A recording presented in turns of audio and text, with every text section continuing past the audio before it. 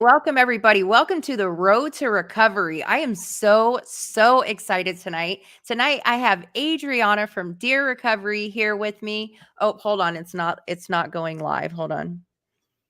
We're Oh wait, having it trouble is. streaming to Facebook. I think it is. It's an issue on Facebook's end. Can you see it right now? Yeah, I can. On my page. Let me Okay, see I'll it. just go from your page then. I'm just going to share mine from your page then.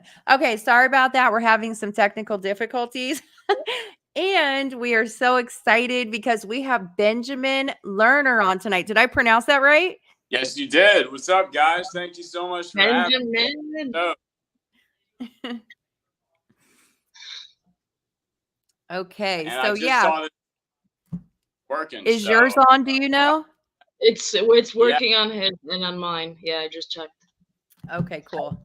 Okay. Well, I'm so glad to have you guys on tonight. How are you guys doing?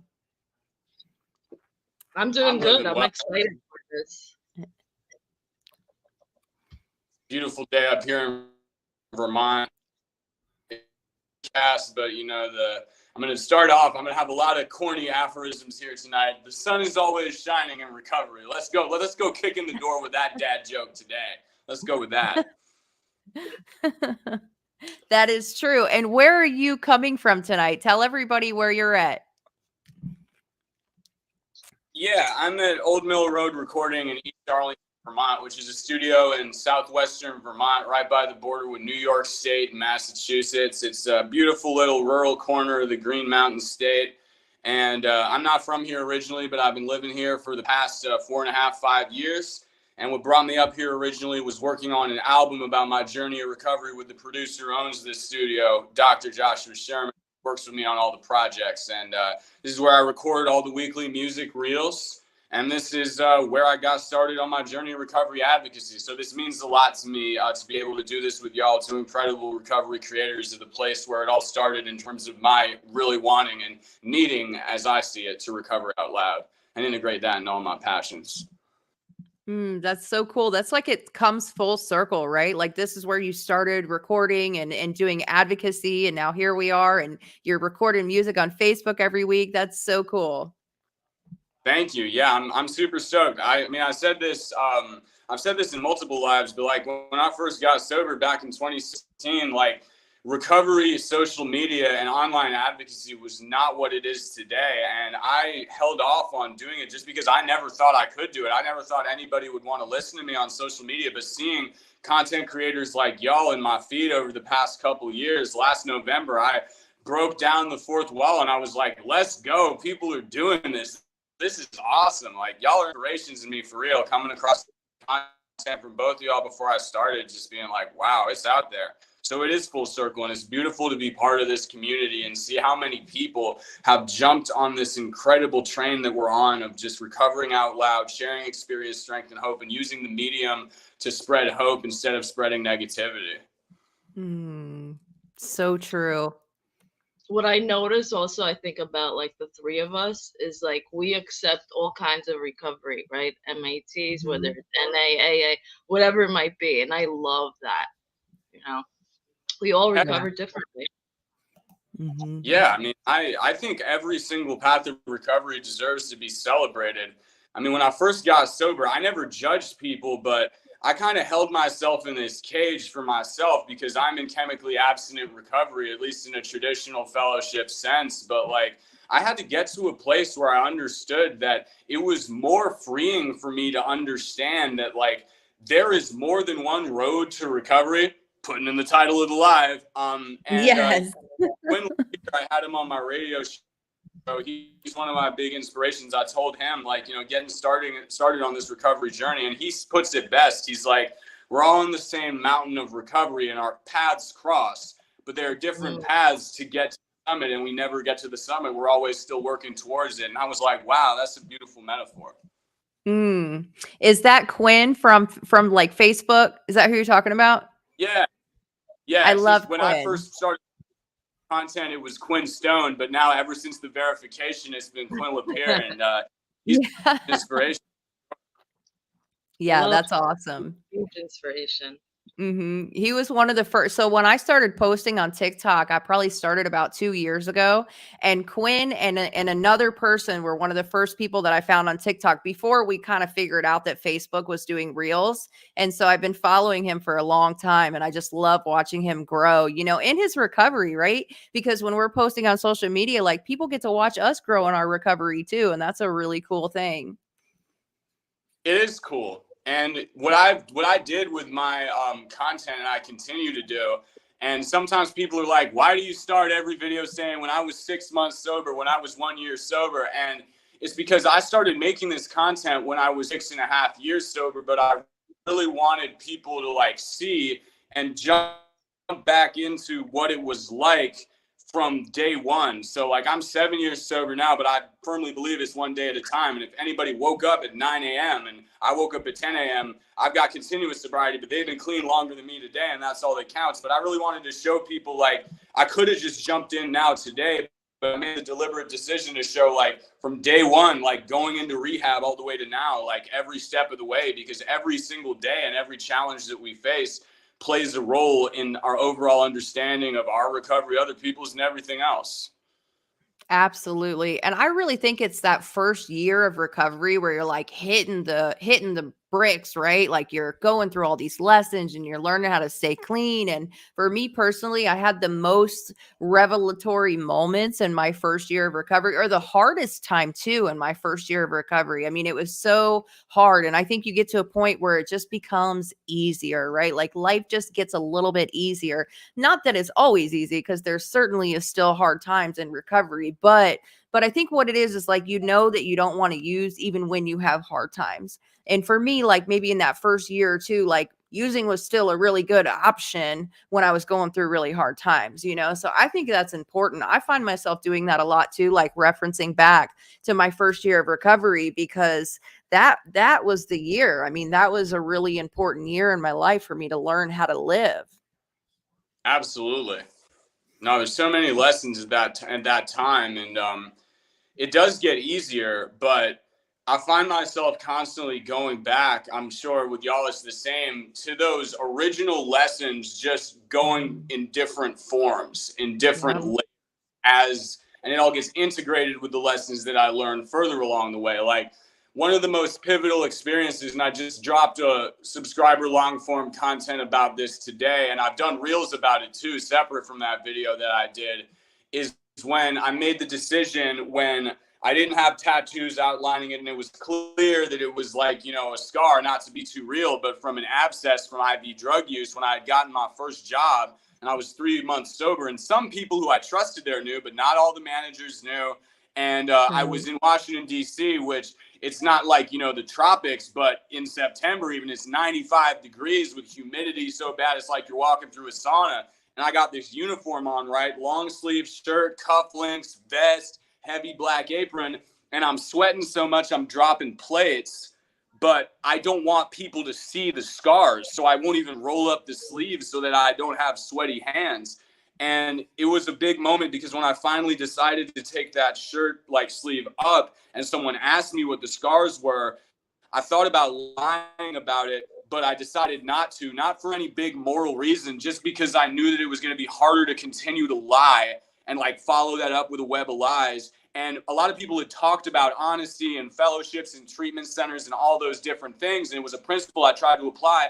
But until I had a moment where I was forced to apply it in action outside of any recovery fellowship or recovery context, like, it didn't get hammered home. And even though that happened like almost 7 years ago now, that same lesson and that epiphany like factors into daily situations today, where even though it's not quite as high stakes, like, I still return to that lesson and reframe it in the context of where I'm at today. So yeah, that first year and those first lessons are so critical when it's so fresh. I remember when I was getting out of rehab and I went to a job interview, and everybody just told me, just be completely honest with them. Either they're going to hire you and it's meant to be, or they're not going to hire you and it's not meant to be. It was at a sandwich shop, right? And I literally left on like a 2-hour break from rehab. They call it job club, so that you have a job when you get out. And I went and I just laid it all out on the line. I'm like, listen, I'm gone community control. I have a DCF case plan. I'm currently in rehab and I'm a whole 6 months sober. So will you hire me? And, and he said yes. And I got the job. And that was the first place that I was like employable and showed up to work every day and did the next right thing and got a consistent paycheck, and I paid my bills and I didn't spend all my money on crap, little money. But, since then, I love that story you just shared, because since then, like, I just lay it all out there. Either you're going to like me for who I am and what I've been through, or you're not meant to be a part of my life. And that's just how I feel about it. Big facts. Absolutely. Mhm. That transparency. I mean, it comes in a lot of forms.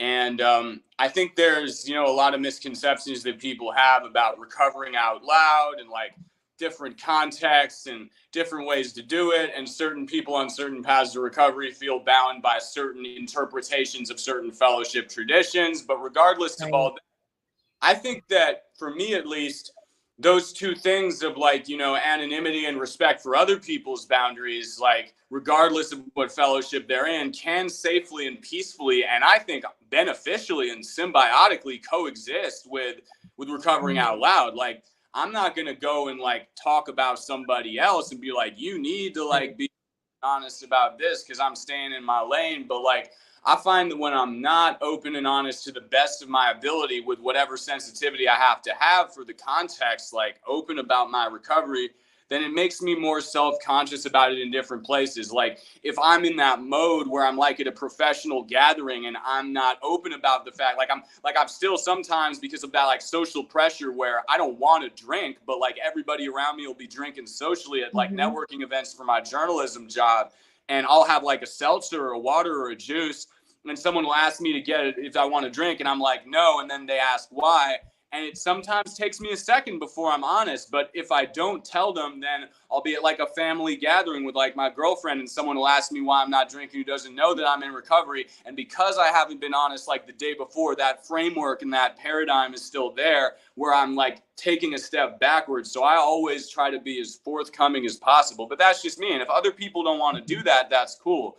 I just think it's been like liberating for me, not just through social media, but in like person too, to recover out loud as well. Absolutely. What about you, Adriana? When did you get comfortable recovering out loud? Not until, a few years later. I think like we were saying, that first year, even 2 years, it was still a lot of lessons. Like I was on food stamps, I was on EBT, like all that, government assistance. And I had to get humble, right? I had to get that job that whatever would hire me. But it was a stepping stone in my recovery. And, because I recover out loud, like somebody's now able to come to me. Like I had a friend that her brother was using, and we were able to get him into somewhere. And she never wanted to share that with anybody because there's still stigma out there. But because I actually share my story, like she had somebody to go to, right? And like Benjamin was saying, the whole anonymity piece, like if people want to do that, that's I respect that 100%, right? But for me, I choose to share it, and it also helps me, like not just others, I'm sure, right? It helps me like heal, to just get these things out there. Absolutely, it is healing. Yeah. Yeah, I totally agree. And I love what you were saying about the little things, right? Like being conscious of being completely honest about the little things, because if you're not, then the little things start snowballing. And the next thing you know, like the way I think of it is like if I start lying and I start keeping things secret, not telling everybody, next thing you know, I'm shooting dope. That's just the way I think of it in my head, right? It's a snowball for me. I have to be very, very careful. No, but yeah. and it goes there. And I tell people too, like, I made a reel early on that got some traction, and it was me when I was remembering, because I use the sharing, whether it's through in person or social media or like through my weekly column or radio show or music, kind of like a cathartic journal where I come to terms with past resentments. It's kind of like an open way to like inventory myself and keep myself balanced.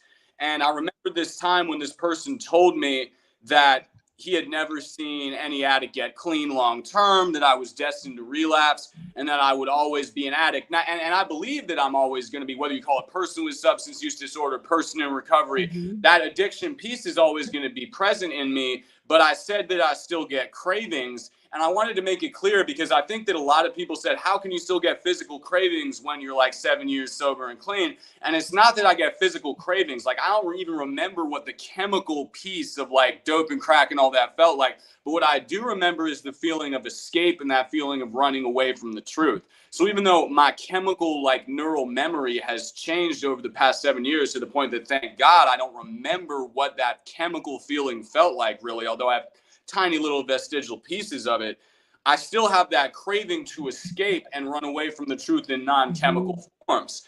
Lying, omission, trying to get away from accountability, little white lies here and there. And to be honest, I'm working towards complete honesty. But like the other day, like, you know, it rains a lot here in Vermont, and I take walks with my dog and my baby. And like you might see, like Adriana said this one time, the dog's active today, and like most of my girls are on walks with my baby and my dog, but it started raining, and my girl was at work, and the baby had fallen asleep in the stroller, so I carried him in, and I left the stroller outside in the rain.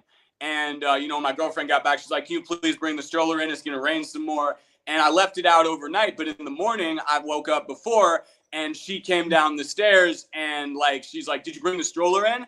And it was still out, and I was like, yeah, totally. And see, that's like a situational lie. Is it going to make me relapse? Probably not. But that underlying thing that I need to call myself out on is, yeah, it's situationally convenient. It's whatever. Maybe it's not going to ruin my whole life. But that action and what it means of stepping away from those principles will snowball, even if it's just like a funny little thing like that. So I'm not perfect at it. I'm working on it, but I'm grateful for the fact that I'm in recovery and I'm able to even understand like the significance of that and what I still need to work on, rather than an active addiction where I justified all my lies as a means of like getting what I needed to fix and escape the pain that I should have been running towards all along. Okay, so did you tell her later that actually you didn't bring it in? She saw right through it. She's like, okay.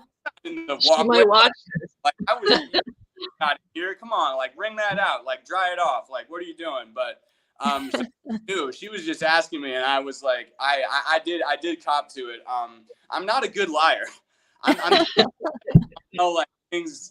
I'm a pretty transparent person, and I try to be even in active addiction. Like, I couldn't convince anyone for long, but yeah, no, she knew, and I was able to, you know, work through it. But it was just a funny moment where I was like, why are you lying about this? Like, she's gonna know.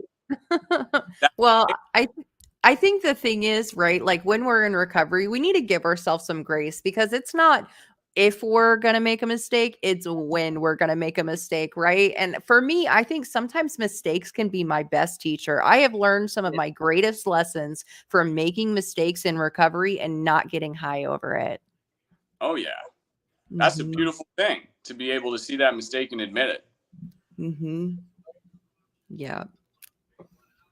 I'm trying to think of the biggest mistake that I've recently made in recovery.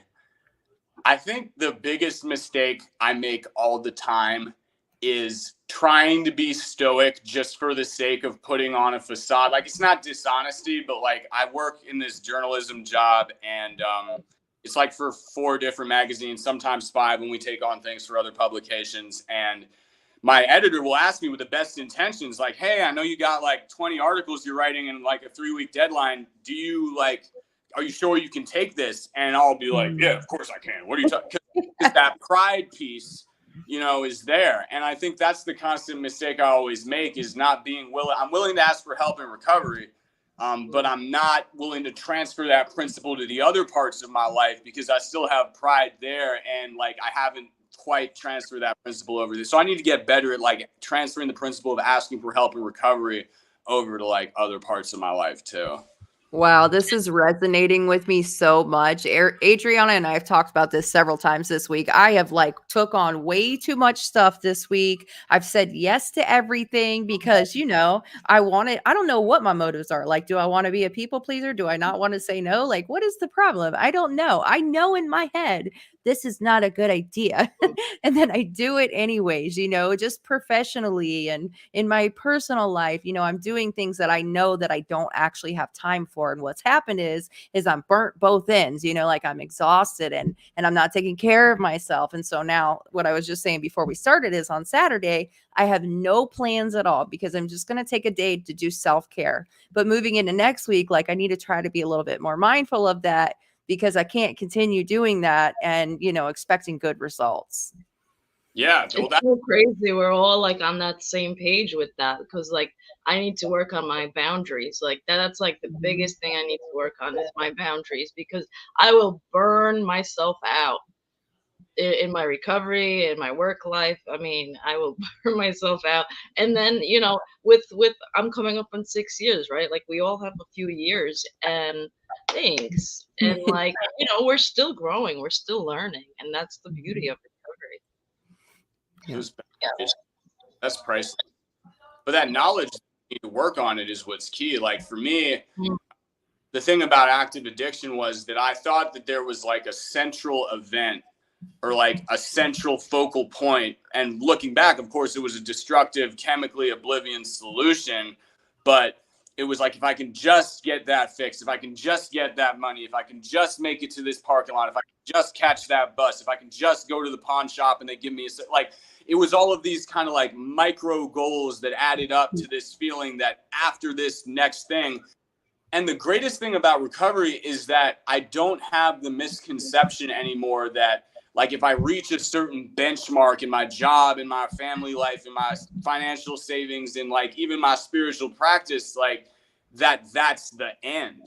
Because, just because like the rig's out my vein and the bottle's out my mouth or whatever it is, like I still sometimes fall into those pitfalls of thinking, well, if I just reach this next goal, but then I can like get out of that and be like, nah, I need to center, I need to focus. And like you say, establish those boundaries, not only others, but with myself, and like apply that same healthy detachment to like detaching from my own toxic thinking patterns where I get stranded in these addicted patterns of thought and thinking that this external solution is going to be the end all be all to give me all the happiness that I seek, when really it's another day.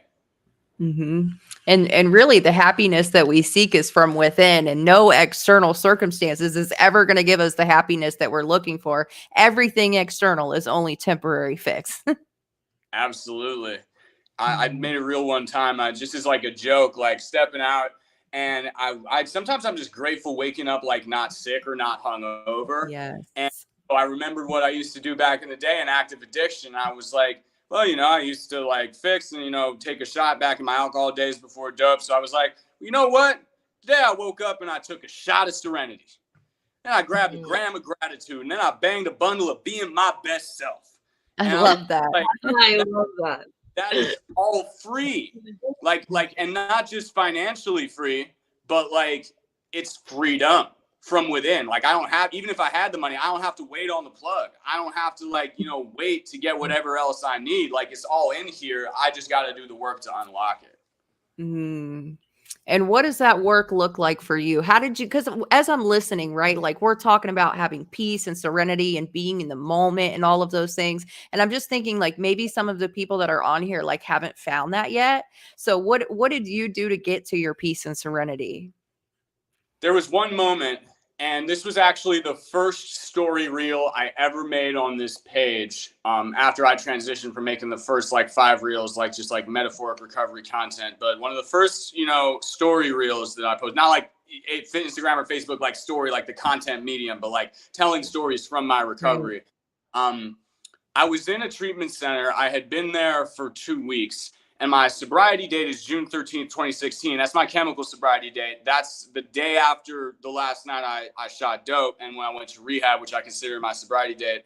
But I consider the actual date where I learned what was the foundation for all the other things I needed to seek peace and serenity and all the other things when I was 2 weeks sober and I had detoxed, I had completely tapered down off of the short MAT taper, the excruciating withdrawal. The chemicals were all out of my system, but I made an incredibly stupid move at rehab. They say you should wait at least a year before you make a significant change, or especially before you get involved in a romantic relationship or catch.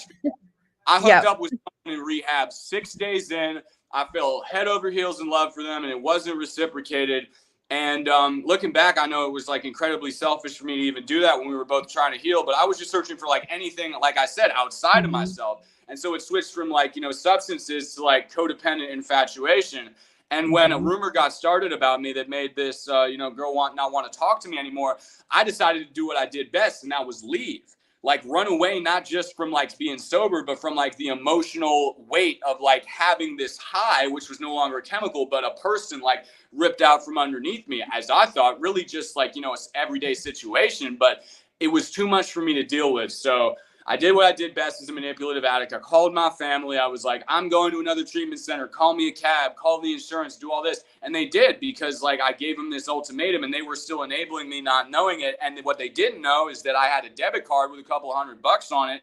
And when they called me a cab, the treatment center was in Pennsylvania and it was close to Philly, like an hour away. And I was going to go to Kensington because all the kids from around there told me about there. And I was going to go to that open air drug market and try to like OD or use or whatever. And so I'm sitting in this treatment center office, and this counselor is giving me the same skeptical, condescending, half-lidded eyed, and I'm telling her I'm going to go to another treatment center. They're like, yeah. They know they've seen it countless times, and I've done it countless times. And there's this mirror on the desk, right? And I look in the mirror, and I see my scraggly beard. I see my sunken, just detoxed eyes. And more than any like superficial thing, I see hopelessness, despair, anxiety, regret, shame, and all of the things that have exemplified my life in active addiction. And I thought about like the ways my life could go. I could go to Kensington and OD and not be here anymore. I could try to continue using.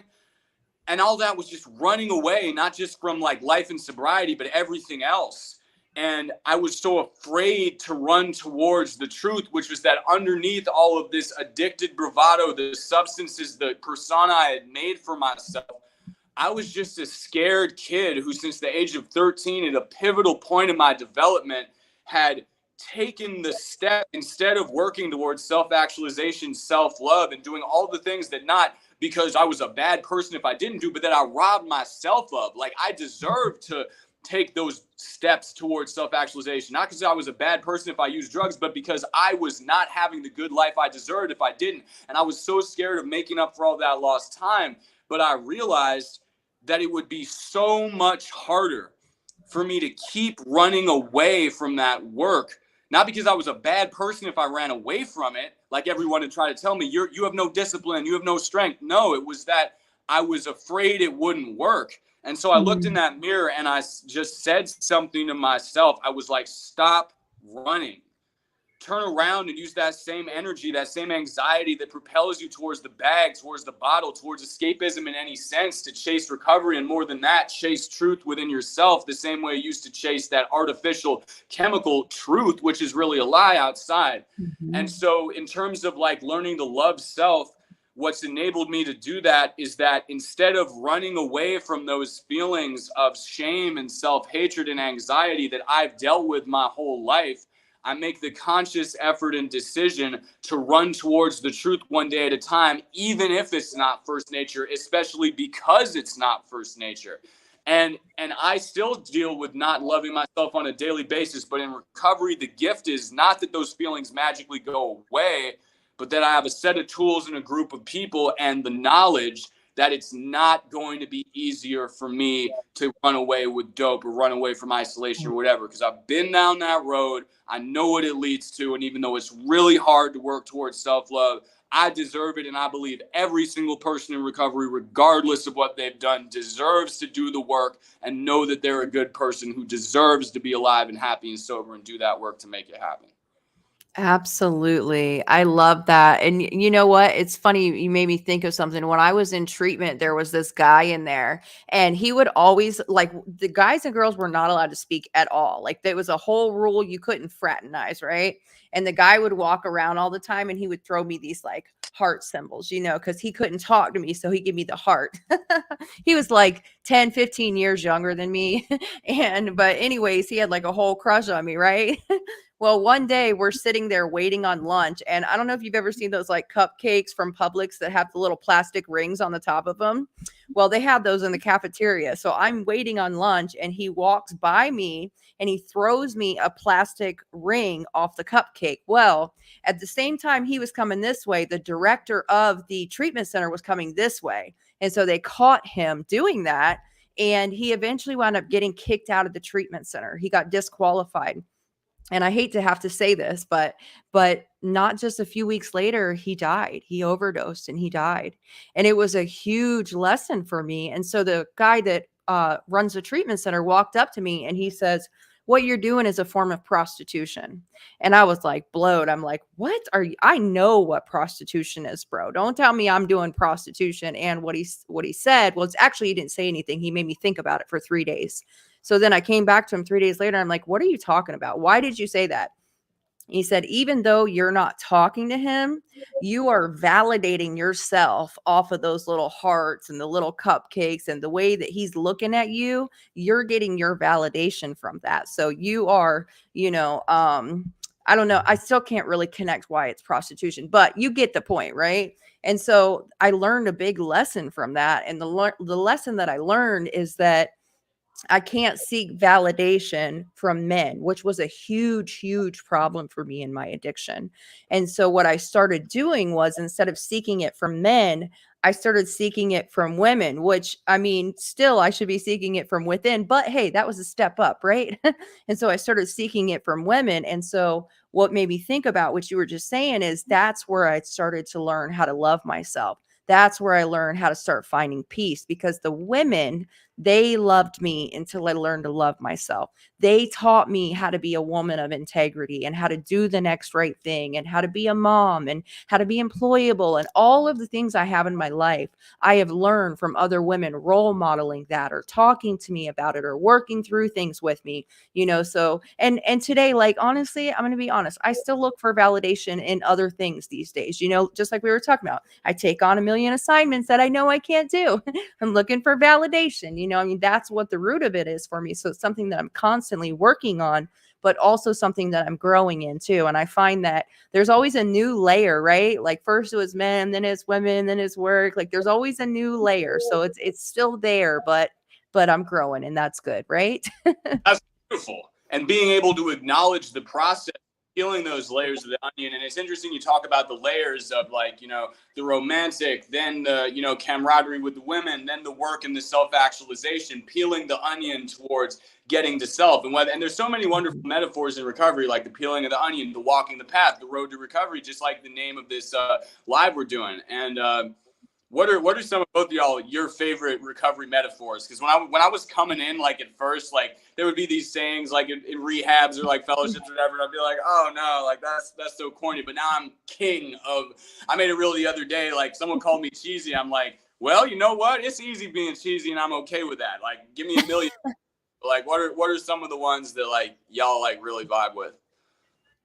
What's yours, Adriana? I know what mine is. I actually love what you said, and because that's what really stuck out to me was like when people told me they'll love me until I learn to love myself. When I came in, I didn't love myself. I hated myself. I didn't want to wake up.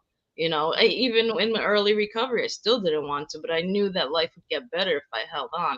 So like hearing that somebody will love me until I'll learn to love myself made like all that difference.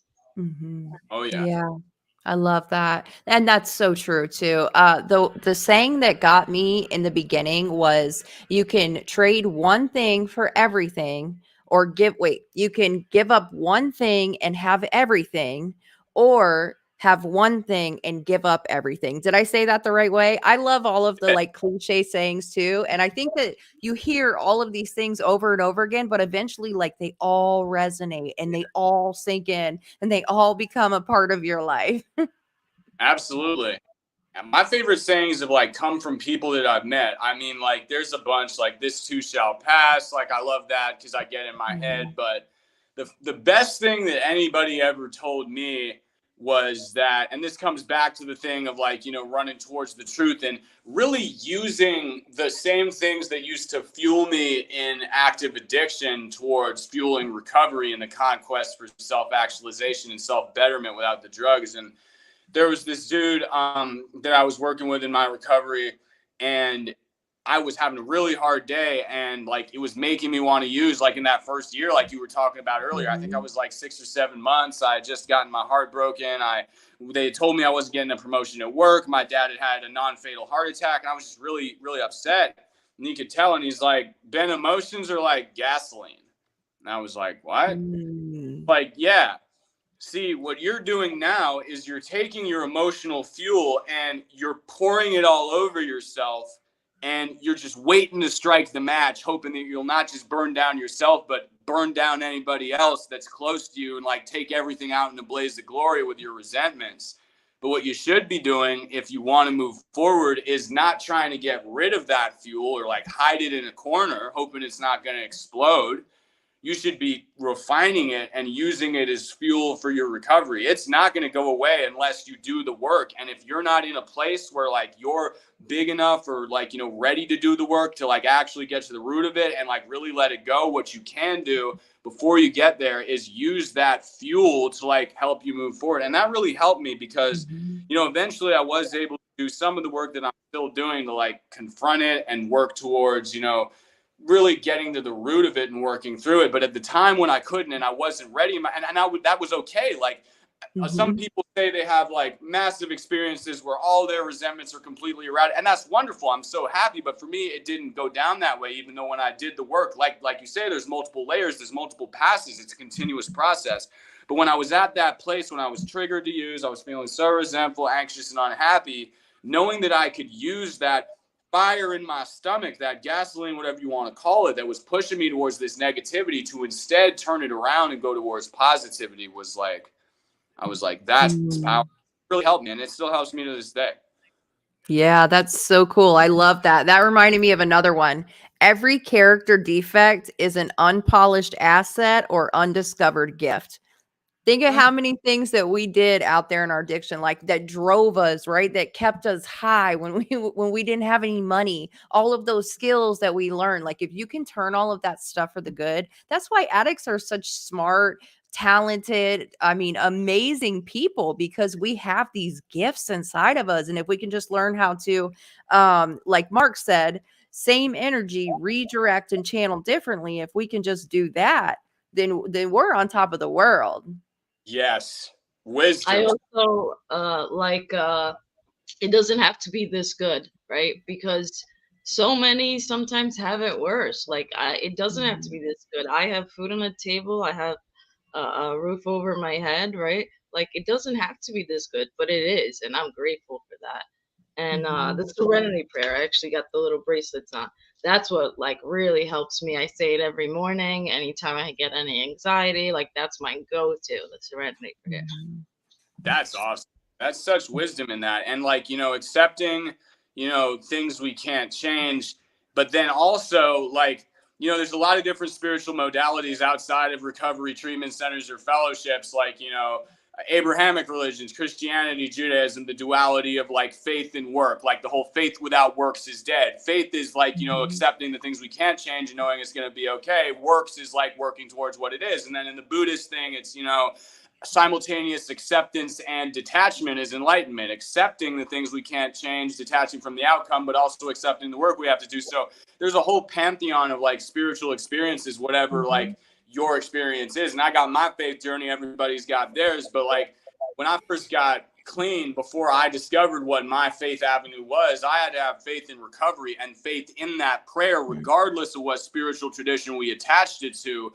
Separate from God of my understanding now, just having faith that I would be able to accept those things I couldn't change and work towards changing the things I could was the catalyst for recovery. And I'm so grateful that even when I didn't believe in the spiritual understanding I have now, even when I didn't believe that all of the things that could happen in my life that have happened now in recovery were possible, I did believe in the power of that acceptance and that work to make a better life. And that was a big turning point too.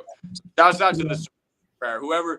Whoever wrote the serenity prayer had the, verse like 17th, 18th, 16th, whatever, like, religious figure wrote that had bars. Like if they were a rapper, that was like, my big time. Yeah, I love the serenity prayer. It's kind of like a roadmap, right? Like, God grant me the serenity to accept the things I cannot change. Can I change it? No. Then let's find serenity, right? Let it go, like you were just saying. The courage to change the things I can. Can I change it? Yes. Okay, then I need to have courage to work on myself, because really, here's the kicker. I'm the only thing that I can really change, And then the wisdom to know the difference. And if you don't know the difference, then what do? Right? You talk to people, you start getting experience, strength, and hope from people. You pray about it. You wait, you pause on it and wait for your answer to find the wisdom to know the discernment of what to do. So I love the serenity prayer too. Mm-hmm. Yeah. And shouts out to St. Francis too, that make me a channel of peace, that I shall seek to comfort rather than be comforted. And I can talk about different, sayings and maxims and prayers all day, because what's cool about it, and I see a lot of those, here's one of my favorite comments, and you know what, I'm breaking this wall. We're going to not troll, but just it's always good to have a critical discussion. But one of the favorite comments I'll see is people be like, I support your message, but I'm old school and I'm not down with this whole new recovery out loud thing. But the cool thing about it for me is that when I see certain sayings in an old school recovery fellowship context, I see a lot of those same lessons from those sayings interpreted through content creators in modern social media friendly ways. And although it's done in a modern, social media recovering out loud way, that core principle is still maintained, just embodied in different words in a different form. And that's what I love about recovery content so much, is that recovery, no matter how you slice it, whether it's fellowship, MAT, faith-based, therapy-based, whatever, is all about taking inventory, helping others by helping yourself, and vice versa, getting your life back, working on skills, however you slice it. There's only so many principles that expand into a lot more. But it's infinite, and it can be recycled and adapted into so many different forms of content that reach so many different people, because those old school, I'm old school, I don't know. But then I'm like, well, if you're old school, then you can see, because I'm old school in some ways too. But when I see people speaking on those principles in cool forms through trending audio content with text, or telling their stories, or doing lives, I'm like, this is recovery, man. This is the same principle, just applied to a new medium. So it's cool, seeing prayers and those sayings, and then seeing people take that and reinterpret it through their own form as a content creator, and make something new with it too, that tells the story of their recovery. And that's why I love y'all, because whenever I see your content, whenever I see your merch, it's the same principles of recovery, just made in medium. Yeah. Yeah, it really is. That's unity. I mean, fellowship. Let's represent real quick. Yeah. Yeah. And the stigma, all that, just done in a different way. Mm-hmm. Starting that conversation, right? However we can. Yeah. Yes. And when I first started posting on social media, I do have a 12-step background, and I know the whole anonymity thing, right? And I have some old timers that I know follow me on social media, and they're watching to make sure that I follow the traditions. So it was kind of like a test of my recovery to be able to speak about my recovery, not everybody else's or what anybody else needs to do, but about my recovery on social media, and make it true to me. So still true to the way that I learned, but not breaking or not shoving it down anybody's throat at the same time, and you're right, the same principles and the same concepts and the same core beliefs are all really the same. It's just the way that we deliver it is a little bit different on social media. But I think that that's good, really, because I think that we're reaching a wider audience of people that way. And I love the unity on social, the recovery content creators. No matter which path we've come from, I love that we all connect, just like what we're doing right now, right here, the three of us connecting. I love doing that. I've connected with so many amazing recovery content creators since I've been on Facebook all over the world. It's the coolest thing ever.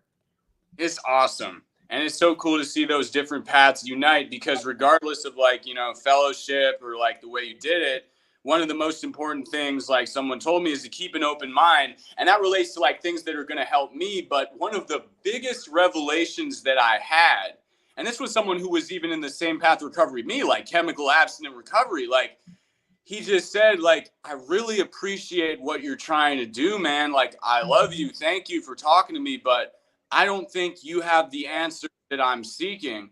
And that was like such a blow to me. But today when someone says that, I don't take it as a blow to my ego or whatever. I'm like, yo, well, from what you said, like, you should check out this person's content. You should like head to like type of recovery. And it makes me happy that I don't know, because I don't want to know everything. I don't want to be a person like can help everybody. But the cool thing about the community is that like when someone says, well, I want to get started on a plant medicine journey, I could be like, yo, go to Quinn's page. He's going to have some awesome like advice for you. Yo, I want to check out some mental health stuff. Check out this creator. Like there's like a bunch of different people just like in a fellowship who can offer all those different pieces and make sure that nobody falls through that proverbial net and doesn't have help with their path. Yep. So true. I love that. Said it perfectly. Okay, so it's almost 8:00, but we are going to, actually not we are going to, but Benjamin is going to play us one of his songs, and I'm so excited to hear it. So the floor is with you. Okay, so I did this same song last night on an epic live with Kimberly and Jonathan Q. I'm so grateful to have all these awesome lives this week. This is my favorite song off my album, and now that I know, I watch the live. I always watch my lives after to make sure like everything's like lighting or whatever. But the audio was a little bit lacking because this is a big concert grand piano in a loud space, and I play loudly. And if you ain't heard me or my reels or the past like 45 minutes you've been talking, I got a loud, obnoxious voice, so it might overwhelm the audio. But I'm gonna play it the way I know it. And I hope that the message gets through, if not the audio being nice. So just a little caveat for my artistic ego there. But this is a track called Never Let It Go. And it's not one of the verses I've been dropping on social. I am releasing those soon on Spotify, hopefully, and definitely YouTube in a little compilation. But this is from my first album that I did here at the studio called Clean, that tells the story of my addiction and recovery. And this track is about the moment that I went to rehab. And like I was talking about earlier, instead of running away from the pain and withdrawal, I embraced it, and I embraced the lessons that it taught about being present in the moment, even in the pain, and working through it. So this is a little tune called Never Let It Go. Moving with this chair like a turtle, trying to get in the right place. All right, cool. Here we are.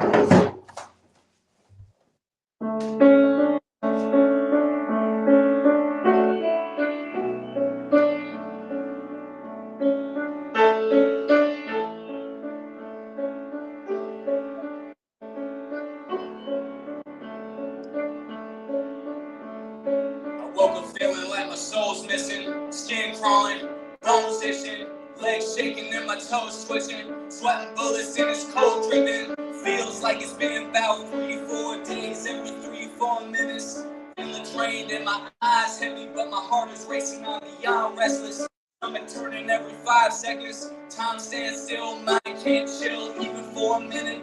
Nerve endings coming back to life. Tell you how it feel. Every sense of one coming back from numb. Heart beating fast, pounding like a drum. Finally feel like I ain't gotta run. I accept my fate, take it as it comes. Sensitive to light, eyes tearing up, sneezing like I got an allergy to dust. Doubled over like I'm limping with a crutch. Seconds turn to hours, hours turn to months. I ain't eating nothing, breakfast, dinner, lunch. Skipping every one, barely even slept. Feeling faint of light, I feel short of breath. Coming back to life, feeling like I'm dead. Feeling like a mile every step, onward though I press.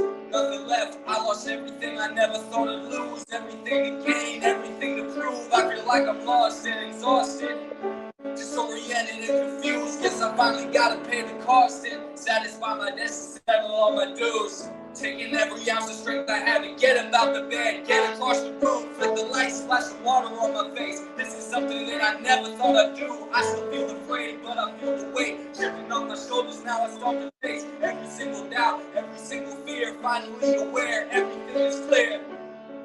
Here and now, seeing how weakness now turns into strength. Voices in my head speaking loud, I ain't listening to them. Broken down, but I know I got a chance to build it up again. This my chance at a new beginning. I'm deciding how it ends. Pain motivates, ain't going away, ain't no debate, ain't no mistake. Yeah. separate. Lonely and I'm cold, sober and alone, far away from home and everything I know. I'ma take the way I feel right now, remember it, and I'ma never let it go. I'ma never let it go. I'ma never let it go. I'ma never let it go.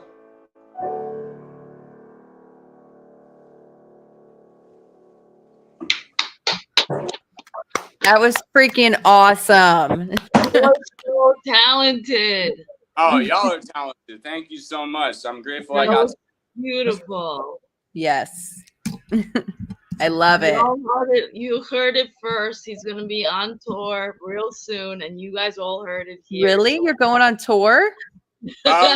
I'm doing a couple more things like here and there, a couple more for now advocacy appearances. I would love to start performing again. I've done performances both through like local, regional, like recovery conventions and like different community performances and stuff, but I'd love to do it. And I was saying to you, Adriana, last night, I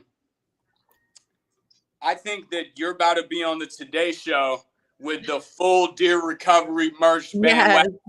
And I see that, and when I see the like H&M, you know, Dear Recovery exclusive collab shirt, I'm gonna be like, yo, I got the originals. So y'all are late. Yes. Y'all need to recognize the drip. This is original. Y'all can't touch this. So That's right. I love it. This community, like we're rooting for each other. Like we got each other's back, right? absolutely. Like it's not like who's better, who's got more followers, who's this, who's that. Like we got each other's back. Like I'm truly rooting for you. Yes. For y'all too, and I'm rooting for everybody out there in recovery. Like I say this at the end of all my lives, like anyone people hit me up and they're like, well, I'm not a content creator, but they're commenting on my page and talking about them being in recovery. I'm like, just because you didn't make the post doesn't mean you're not recovering out loud and content creator. That's the greatest thing about it. Some of the best conversations I've had aren't with creators, although my creator conversations are wonderful too. So people in the comments in the inbox, that's where a lot of wisdom and hope comes from. Definitely. Definitely. I totally relate with that. I love that. Okay. So are you guys down to do this again soon? Maybe in a couple weeks? Let's do it. Okay, do it. cool. I saw the comments saying we should do this more often. I love this comment you have pinned right now. Yes. Shauna says, I don't know if can you see it? Yeah, I can. Oh my God. You are too kind, Sean. I'm so song resonates. That honestly made my night. I'm super tired. I was up all night working. You're giving me strength from saying that incredible thing. I'm so glad the song resonates. Yes. The therapeutic value of one addict helping another is without parallel. Love you guys. Yeah. Amen to that. Awesome. Well, I'm so glad that we did this. We're definitely going to plan to do another one in a couple of weeks. It was awesome meeting you. And yeah, we'll see you guys again soon. See you soon. So much love. Have a good night, y'all. Much love, guys. Bye.